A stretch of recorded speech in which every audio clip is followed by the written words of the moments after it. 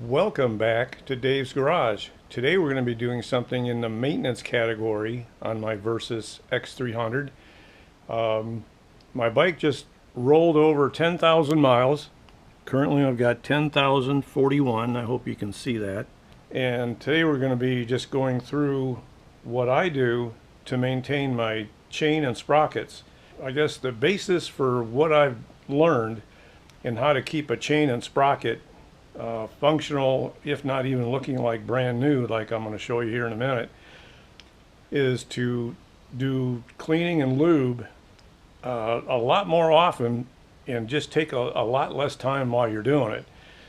Because if you don't let it get really nasty, then cleaning it back up is going to take just a couple minutes. I mean, I'm going to go through what I do, and I'll show you and I'll talk through it. But decades of bicycle, I'm a lifelong cyclist. I have managed to keep, chain rings, the chain, the rear cog, derailleur on a bike literally for 20 years. And one of the bikes was my high mileage bike. I mean, that's the bike that I put at least 2,000 miles a year on for 20 years, and actually about 23 years. And I was only on my third chain and second chain ring and second cog in the back. I'm going to come around here and show you what we're going to be doing today. I've got my setup here, just a towel on the floor. I got two pieces of cardboard that I've used just to keep the all the activity away from the tire and the rim. That's the main objective. So as you can see, my sprocket, my chain here, it's looking a little dry, but it's not bad. The buildup on the sprocket, again, it's not bad.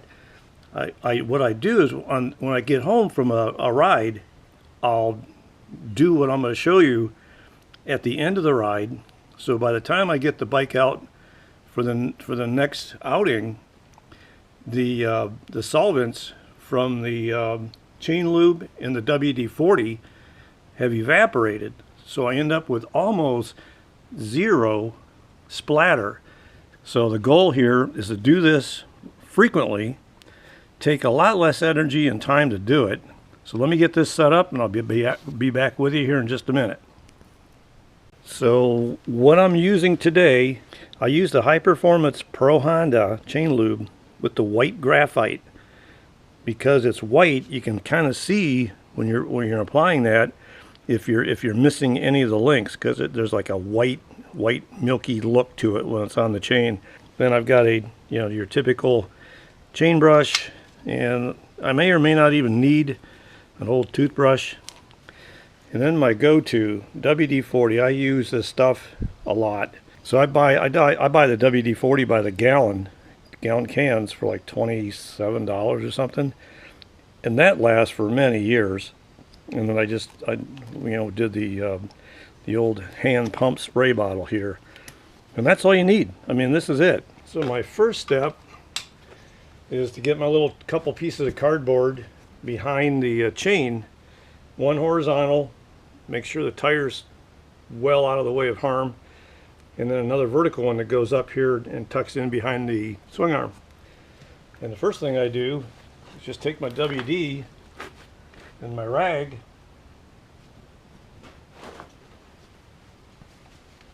just kind of cup it, and you can kind of see. I mean, I'm not going to get a lot off. I mean, I did this not too long ago, so first thing I do is I kind of keep the spray in front of the cardboard so it doesn't end up on the spokes and the hub and the tire, and just go all the way around. And the cardboard, like I said, I've used these same pieces. Once you get the right piece, the sizes. This is just the solvent going on, step one. And then also, while I'm at it, slowly I spin the tire and just take the buildup off that sprocket. And today there's not that much. Then I go to the inside and I slow down because you don't want to get your fingers caught. So I just do that. I mean, I just kind of just wipe it down. And again, you're not you're not cleaning up massive quantities of crud. I do this probably every third or fourth ride.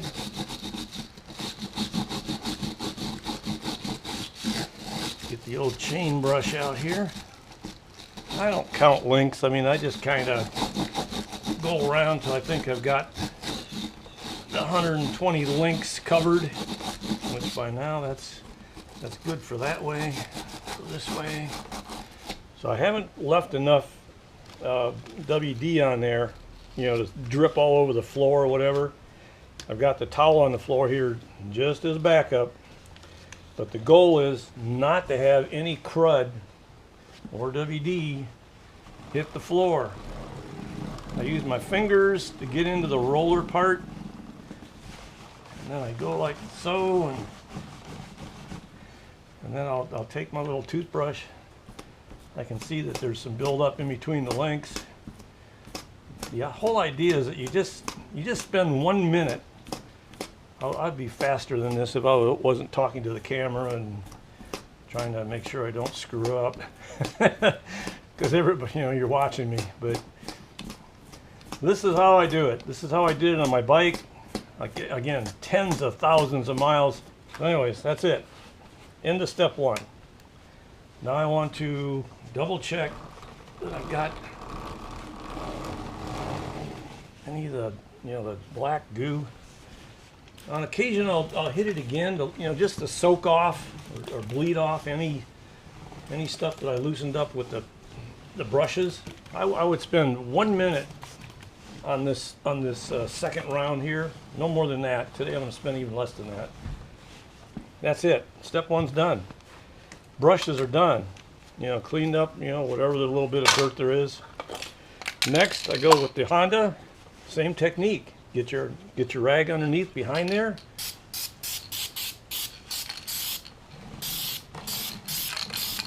And this goes real fast. You can just get her done, and I do put a little extra on at the beginning here. I can feel it kind of soaking into the towel. That's okay.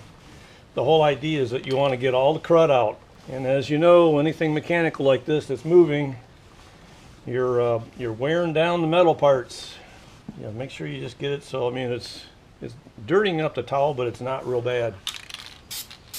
And then for the final, there we go. Again, a little extra went on, and you can tell by the cardboard. I'll wipe that off. Once you do this a few times, I mean, you get so fast at it. And I'll just lightly rub the chain with the towel, and that's to get any, you don't want to have any drips, right? You don't want to have anything that's actually dripping. One more fast track back here with the sprocket, both sides. That's it, we're done. If you cut out the chatter and the goofing off, I spend maybe 3-4 minutes, but see, I'm doing it more often. And we're done. I mean, all you gotta do is put everything away, turn the light out. So that's how I do this. This chain is the original, as you can tell. This baby functions and acts and looks just like brand new. Sprocket's original. You don't want to have buildup. The minute you start seeing rust and the crud, you know, really packing in between the links, my history, my experiences, you don't want to do that. You want to look at your chain and you want to see this, you know, with very little crud.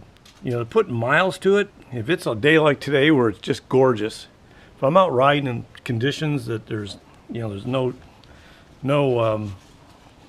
issues at all, I'll probably run it, I don't know, 400 miles or so, and then again spend 4 minutes. You're done. And probably twice a summer, I'll take the plastic off here, and I'll get in there and I'll just inspect the sprocket, you know, clean the crud, because that's where the majority of the crud's going to end up. The whole idea is when you're done, there's no excess to speak of. Now right now it's extra shiny because it's wet. You've got your WD on there, you've got your Honda lube, and again, the next time I take this out, might be a day, might be a week, but it's ready to go. All your fast evaporation solvents are all gone, and you're left just with the lube, just with protection against rust, protection against wear, and that's it. When I'm done here, the bike goes in the corner until the next time I take it out. Today was maintenance day. I was doing a lot of stuff on my car, getting the bike done. So I'm going to put this in the corner. Thanks for watching, and we'll see you on the next one.